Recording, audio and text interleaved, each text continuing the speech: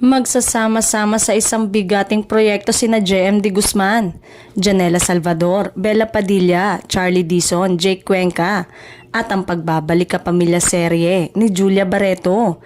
Hatid sa atin ng ABS-CBN Studios at RCD Narratives. Ang What Lies Beneath na aabangan ngayong 2025. Tiyak na ngayon pa lang ay inaabangan na ng mga kapamilya fans ang pagsasama-sama ng mga magagaling na artista ng ABS-CBN na magtatapatan sa iisang proyekto.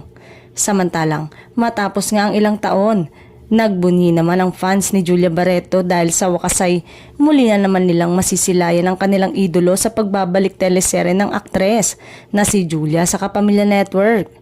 Muli siyang bibigyan ng proyekto at iyon ay sa ilalim ng Dreamscape Entertainment na nagbigay sa kanya noon ng isa sa kanyang mga pinakamatagumpay na teleserye. Huling napanood sa isang kapamilya serye si Julia sa ngayon at kailanman noong 2018. Bongga nga ang pasabog sa pagpasok pa lang ng taon na 2025. Isa pa lamang umano ito sa bigatin na proyekto na inihanda para sa mga kapamilya ng ABS-CBN Studios. Sa mga susunod na araw ay makikilala na din ang ilan pang artista na makakasama sa nasabing proyekto.